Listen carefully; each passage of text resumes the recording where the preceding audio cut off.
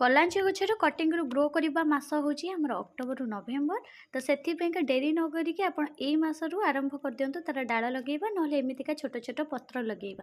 କାରଣ ୟାର ଅଧା ଅଧି ଯେଉଁ ଫାଳେ ପତ୍ର ବି ଯଦି ଲଗେଇଦେବେ ବି ଲାଗିଯିବ, ଏମିତି ଗୋଟିକିଆ ପତ୍ର ବି ଯଦି ଲଗେଇବେ ବି ସେ ବି ମଧ୍ୟ ଲାଗିଯିବ। ବାସ୍ ଖାଲି ପତ୍ର ଯେଉଁ ଡେମ୍ଫ ଭାଗ ନେବେ, ସେ କାଟିଥିବା ଜାଗାରେ ଟିକେ ଏଲୋଭେରା ଲଗେଇଦେବେ, ଯେଉଁଥିରେ ଆଣ୍ଟି ଫଙ୍ଗସ୍ କିମ୍ବା ହେଉଛି ଆଣ୍ଟି ବ୍ୟାକ୍ଟେରିଆ ଲାଗିବନି।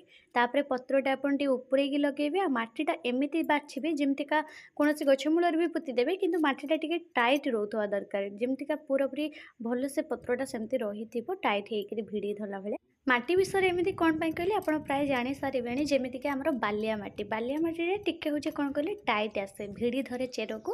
ଆଉ କୌଣସି ଯଦି ପତ୍ରରୁ ଆମେ ଗ୍ରୋ କରୁଛନ୍ତି ସେଇଟା ପତ୍ରକୁ ଜମା ହଲିବାକୁ ଦିଏନି, ପୁରା ଷ୍ଟ୍ରଙ୍ଗ କରିକି ରଖେ, ଯେଉଁଟାକି ପୁରା ଟାଇଟ୍ ହେଇକି ଭିଡ଼ି ଧରେ। ତ ଏଇଠି ମୁଁ ଗୋଟେ ଗୋଟିକିଆ ପତ୍ର ରଖିଛି, ଆଉ ଗୋଟେ ହେଉଛି ଫାଳିକିଆ ପତ୍ର ଲଗେଇଛି।